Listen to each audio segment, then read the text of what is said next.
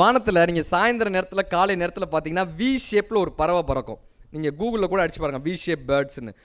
இதுதான் டீம் ஒர்க்குன்றாங்க. அந்த we shape பறவையில் first பறவை இருக்குல்ல, அது அவ்வளோ எஃபர்ட் போட்டு அடிக்குமா பறக்கிறதுக்கு. அதுக்கு ரெண்டாவது வர்ற பறவை இருக்குல்ல, அது அவ்வளோ எஃபர்ட் போட தேவையில்லை, 80% ஆஃப் எஃபர்ட் போட்டால் போதும். அடுத்த லெவலில் இருக்காங்கல்ல, இப்படி அந்த எஃபர்ட் வந்து குறைஞ்சிக்கிட்டே வரும். கடைசியாக வருதுல ஒரு பறவை, அது ஜாலியாக வரும், அதுக்கு பெருசாக எஃபர்ட்டே கிடையாது. முன்னாடி இருக்கிறவங்க அப்படியே கூட்டிகிட்டு போயிட்டே இருப்பானுங்க.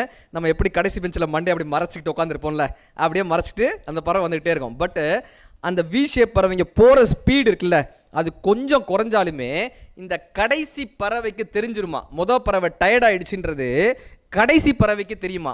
இந்த கடைசி பறவை உடனே என்ன பண்ணுமா, டக்குன்னு போய் தான் தலைமைத்துவத்தை எடுத்துட்டு அந்த பறவையை ரெஸ்ட் எடுக்க அனுப்பிடுமாங்க. அது போய் ரெஸ்ட் எடுக்க அனுப்பிடுமா. இந்த பறவை பின்னாடி வந்துடும், இந்த பறவை போய் எடுத்துரும். எவன் ஒருவன் அந்த தலைமைத்துவத்தை தான் எடுத்துக்கொள்கிறானோ அவன் என்றைக்குமே ஒரு குழுவினுடைய தலைவனாக இருக்கிறதுக்கான முழு தகுதி அடைந்தவன் தான். Leadership is not an position, it's an action.